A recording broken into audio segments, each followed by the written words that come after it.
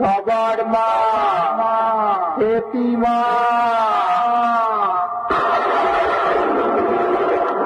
আমি আকাশ ছোঁয়া দুরন্ত সুনামি মহাশক্তির রূপিণী। আমার তেজস্ব শক্তি স্তব্ধ করে দেয় পৃথিবী। আমার পায়ে পায়ে শুরু হয় সাইক্লোন। আমার দানবীয় তাণ্ডব লীলায় টুকরো টুকরো হয়ে যায় সমগ্র পৃথিবীর প্রাণের অস্তিত্ব।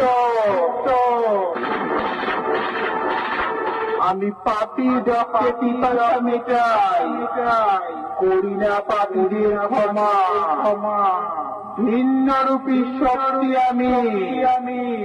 আমি সেই হেতিমা।